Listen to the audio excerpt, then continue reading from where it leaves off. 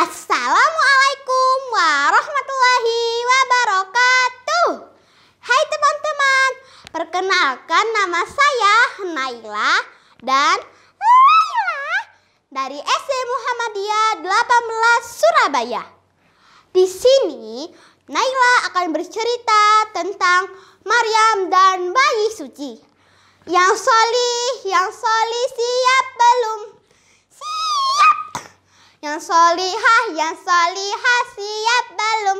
Siap. Semuanya siap belum? Siap. Di negeri Palestina tinggallah wanita yatim piatu yang solih. Namanya Maryam. Maryam sejak kecil diasuh oleh pamannya Nabi Zakaria. Maryam gadis yang baik. Nabi Zakaria membuat kamar khusus mihrab untuknya. Hari-hari Maryam hanya diisi untuk beribadah kepada Allah Subhanahu wa Ta'ala. Tak pernah Maryam tinggalkan mihrabnya kecuali hanya untuk bekerja dan berhajat ke kamar mandi. Suatu saat mihrabnya dipenuhi cahaya. Datanglah malaikat Jibril. Maryam, jangan takut. Sesungguhnya aku adalah utusan Tuhanmu untuk menyampaikan anugerah anak laki-laki yang suci kepadamu, kata malaikat Jibril. Mendengar perkataan malaikat Jibril, Maryam sangat terkejut. Bagaimana mungkin aku bisa memiliki anak? Aku tidak bersuami, sedang pula tidak ada satupun laki-laki yang menyentuhku, dan aku bukan pula seorang pezina. Lalu malaikat Jibril berkata, Tuhanmu berfirman, hal itu mudah bagiku, dan agar kami menjadikan suatu tanda kebesaran Allah bagi manusia dan rahmat yang kami berikan. Dan hal itu adalah suatu urusan yang sudah diputuskan. Teman-teman, kemudian Maryam mengandung. Setelah hamil, Maryam memutuskan untuk mengasingkan diri, meninggalkan rumah, pergi ke atas bukit yang jauh dari penduduk. Sekian lama, bertambah besarlah kandungan Maryam dan semakin dekatlah waktu melahirkan. Hingga saat melahirkan tiba, Maryam merasa lelah. Kemudian Maryam bersandar di batang pohon kurma. Ia merasakan sakit ketika akan melahirkan. Dan Maryam berkata, wahai, betapa baiknya aku mati sebelum ini, dan aku menjadi seseorang yang tidak diperhatikan dan dilupakan.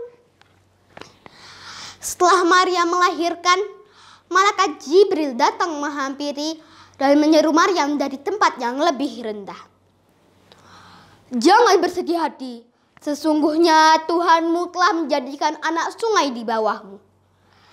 Dengan sungai tersebut, Maryam dapat menghilangkan rasa dahaga. Setelah melahirkan, Maryam membutuhkan makanan untuk menghilangkan rasa lapar. Kemudian malaikat Jibril berseru, dan goyangkanlah pangkal pohon kurma itu ke arahmu. Niscaya pohon itu akan menggugurkan buah kurma yang matang kepadamu.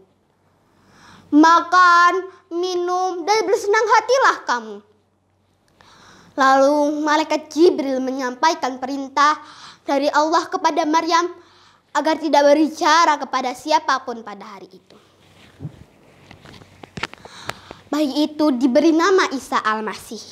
Dalam perjalanan pulang, ia menggendong bayi suci itu kepada kaumnya.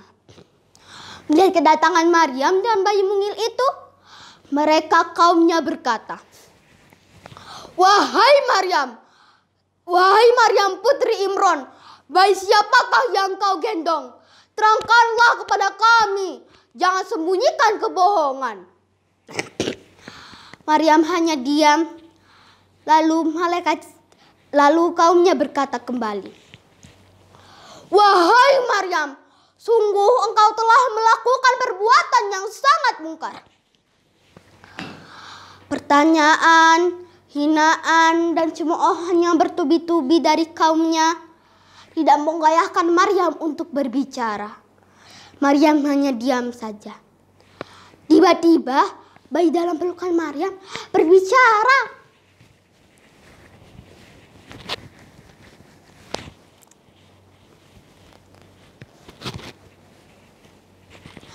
Sesungguhnya aku adalah hamba Allah.